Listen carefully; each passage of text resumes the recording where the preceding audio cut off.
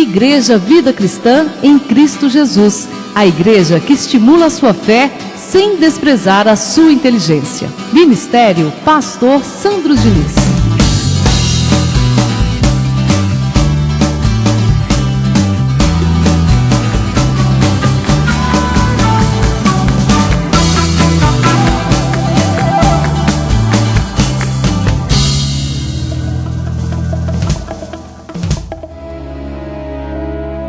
Pastor Sandro Diniz e o momento da reflexão.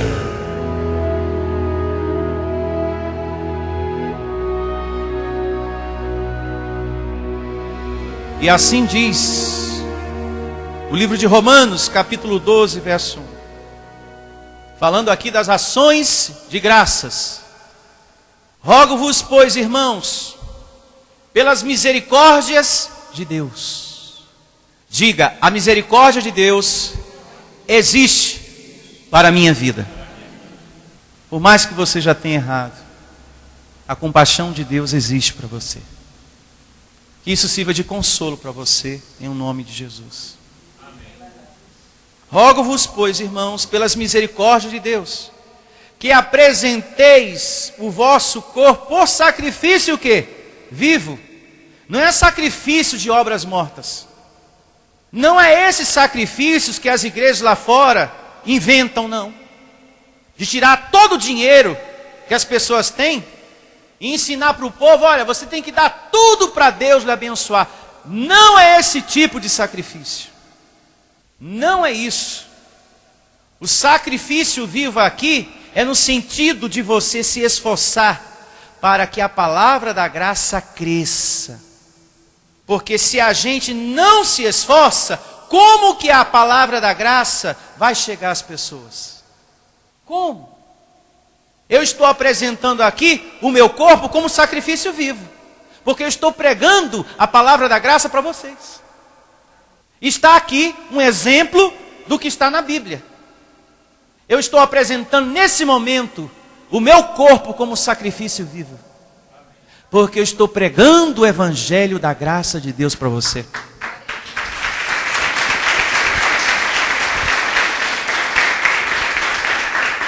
Por isso você não pode perder a oportunidade de evangelizar alguém. Você tem que ter sempre o CD com a mensagem da sua igreja para evangelizar. Isso é uma grande ação de graça. Você sempre ter a pregação da sua igreja para dar para quem está sofrendo, para quem está buscando, querendo a verdade para a sua vida. E que não aguenta mais esse sistema religioso que está aí fora.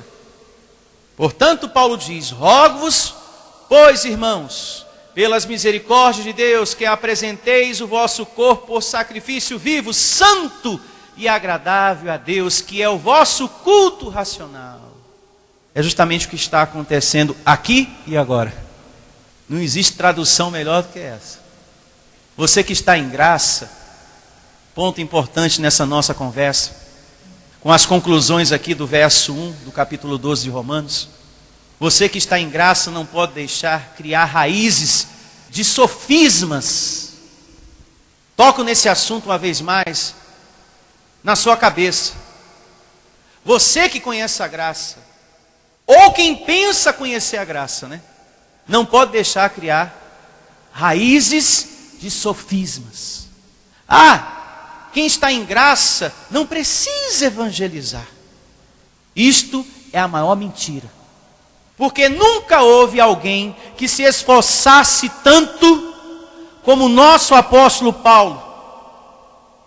Que eu e você temos que ter ele como exemplo, como modelo. Eu não conheço um outro que se dedicou tanto como Paulo. Você tem que se esforçar para levar essa graça para quem não conhece essa verdade, que precisa ser feliz. Não alimente o medo. E se a pessoa rejeitar? E se a pessoa não concordar? E se a pessoa tocar naquele assunto, pastor? Não alimente o medo, porque o medo vai ser uma barreira que vai impedir você de fazer aquele sofrido feliz. Não é você que revela, meu amado, é o Senhor. Você foi colocado aqui nessa terra, assim como eu, para lançar a semente, não é para fazer a árvore crescer. Então, se tem alguém precisando dessa palavra, com essas evidências que a gente recebeu até agora, se tem alguém precisando dessa palavra, eu tenho que apresentar o meu corpo como sacrifício o quê? Vivo. Paulo se esforçava por essa graça. Abra na segunda carta aos Coríntios, capítulo 11, verso 23. Segunda carta de Paulo aos Coríntios, o capítulo é o 11, a partir do verso 23. Olha como Paulo dizia do trabalho dele, né? Primeiro ele fala dos apóstolos de Cristo. E em seguida ele fala dele. Olha só. São ministros de Cristo. Falando dos apóstolos. Em seguida, dele. São ministros de Cristo. Falo como fora de mim. Paulo era um homem bem seguro, bem firme. Eu ainda mais, em trabalhos, muito mais. Olhe para mim. Paulo era um homem esforçado, dedicado em multiplicar a palavra da graça. Ele falou, olha, com todo respeito, apóstolos de Jesus de Nazaré, eu estou trabalhando muito mais do que vocês. É duro esse discurso. Como é para você dizer para o outro, olha, você que está na lei, nem convertido você é, porque a Bíblia diz, se o véu não é retirado, nem convertido você ainda é. São palavras duras. Mas foi assim que o Senhor Jesus ensinou para Paulo. Por vontade de Deus Pai. Tem que ser assim. Quem está no sistema religioso não é um convertido. Como que não, pastor? Está lá louvando, adorando a Deus. Mas Paulo diz, se o véu não é retirado, se a pessoa não sai das obras da lei, para viver a compreensão que o Senhor é Espírito, esse filho de Deus ainda não é um convertido a Deus. Porque para ele Deus é um pedaço de pão, para ele Deus é a varinha de Jacó, e assim as outras coisas que lá fora dão para o povo de Deus. Não é verdade? Se eu pego um pedaço de pão e acredito que Deus está ali, eu ainda não sou um convertido. Porque Deus não é algo material, Deus é algo espiritual. Se eu considero um pão como se aquilo fosse algo divino, que Deus está ali, e desconsidero a palavra que Jesus falou, que os adoradores têm que adorar Ele em espírito e em verdade, se eu desço de lado para acreditar no pão, nem convertido eu sou. Então Paulo era um homem bem seguro no que ele falava aqui. Aí ele começa a contar as coisas que aconteceram com ele. E tudo que aconteceu com ele, que está aqui, justamente aconteceu porque Paulo se esforçava para pregar o evangelho da graça de Deus. Olha as coisas que aconteceram com ele. Prosseguindo aqui, o verso 23. São ministros de Cristo. Falo como fora de mim. Eu ainda mais, em trabalhos muito mais em prisões, em açoites, sem medida, em perigos de morte. Muitas vezes, 5 vezes recebi dos judeus uma quarentena de açoites, menos um. Fui 3 vezes fustigado com varas, uma vez apedrejado, em naufrágio 3 vezes. Uma noite e um dia passei na voragem do mar. E aí ele vai contando as coisas que aconteceram com ele, por ele pregar o evangelho da graça de Deus. É por isso que eu repito o que eu falei no início. O caminho da graça de Deus é mais trabalhoso, mas é o caminho, vale a pena. Então nós que estamos no evangelho da graça, não podemos ficar curtindo egoisticamente o nosso reinar em vida, sabendo que podemos fazer outras pessoas felizes, e não multiplicamos e não falamos dessa graça que tem nos feito reinar em vida. Você não pode ser egoísta, de ficar reinando em vida, sem levar essa felicidade aos outros. Você pode e tem condições de fazer um pouco mais. Em nome da graça, não pode haver em você comodismo. Em nome da graça, não pode haver em você egoísmo. Repito uma vez mais, deixa que os anjos ministram. É para você ministrar. O tempo todo, o Evangelho está dizendo isso. Que é para eu e você ministrar a palavra.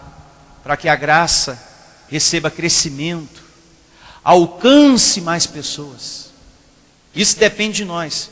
Paulo nunca, em nenhuma das suas epístolas, falou: olha, deixa que os anjos vão esclarecer, ensinar a graça para as pessoas. Pode ficar tranquilo, Timóteo. Tito, você também fique em paz. Espera no Senhor. Espera no Senhor, meu filho, não precisa fazer nada. Os anjos vão esclarecer. Ele nunca falou isso.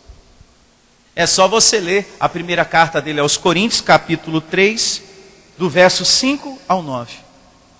Lá diz que os cooperadores dessa graça tem que ser eu e você, para o crescimento do edifício, e não os anjos invisíveis. É só você anotar e ler em casa. Primeira carta de Paulo aos Coríntios, capítulo 3, do verso 5 ao 9. Lá diz que o teu corpo, a tua vida, existe para os propósitos de Deus. Olha um outro esforço que você tem que ter na graça de Deus. Filipenses capítulo 4, e o verso é o 15. E assim diz o Evangelho. Filipenses 4, 15. E sabeis também vós, ó Filipenses, que no início do Evangelho, quando parti da Macedônia, nenhuma igreja se associou comigo no tocante a dar e receber, senão unicamente vós outros. Porque até para Tessalônica mandaste não somente uma vez, mas duas, o bastante para as minhas necessidades.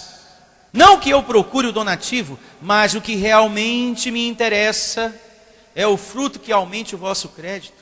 Recebi tudo e tenho abundância. Eu estou suprido desde que Epafrodito me passou as mãos o que veio de vossa parte, como aroma suave, como sacrifício aceitável e aprazível a Deus. Então, em graça, existem sacrifícios. Não sacrifícios do antigo pacto, jejum, incenso, animais, sangue de bode, bezerros e etc, etc. Não! Sacrifícios espirituais. Atitudes que saem do coração. O seu ofertar e o seu dizimar por amor. Sacrifício espiritual é isso. Aquela atitude que sai do coração. A voz de Deus fala e você: amém, meu Senhor, eu vou semear. E depois que praticar essas coisas, creia que você vai prosperar. Veja o que diz o Evangelho também em Gálatas, capítulo 6, verso 6. E assim diz o livro de Gálatas, capítulo 6, verso 6. Mas aquele que está sendo instruído na palavra, você, faça participante de todas as coisas boas aquele que o instrui. Participante de algumas coisas? Não de todas as coisas. Se essa palavra está te fazendo feliz, é natural que aconteça da sua parte um suprir isso aqui. Amém? E veja o que diz em seguida: não vos enganeis, de Deus não se zomba, pois aquilo que o homem semear, isso também se fará.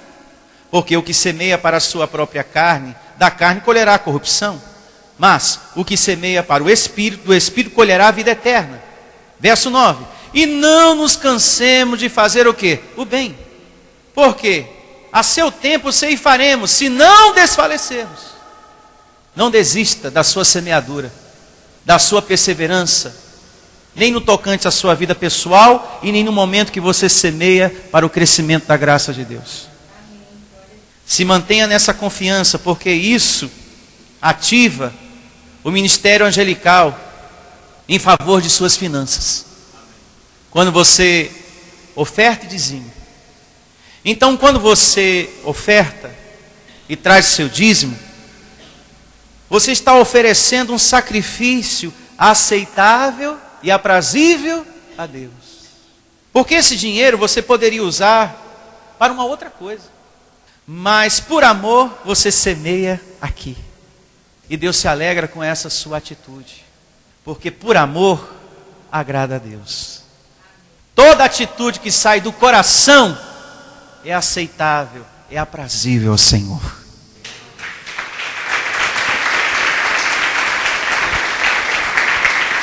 Esteja certo que em seguida vem prosperidade para você. Não tenha dúvida, creia. Não só nas finanças, mas nas outras áreas da sua vida que precisa de prosperidade. Bom, esse assunto, ações de graças, eu vou continuar falando sobre isso na próxima reunião, na segunda parte que vocês vão receber. Porque eu quero toda a igreja esclarecida nesse assunto. Venha conhecer a Igreja Vida Cristã em Cristo Jesus. O nosso endereço está situado na Avenida dos Autonomistas, 2247, ao lado da Ponte Metálica, no centro de Osasco. Anote os horários de nossas reuniões: às quartas-feiras às 19 horas e aos domingos às 9 horas da manhã. Igreja Vida Cristã em Cristo Jesus, a igreja das verdades que libertam. Ministério Pastor Sandro Diniz.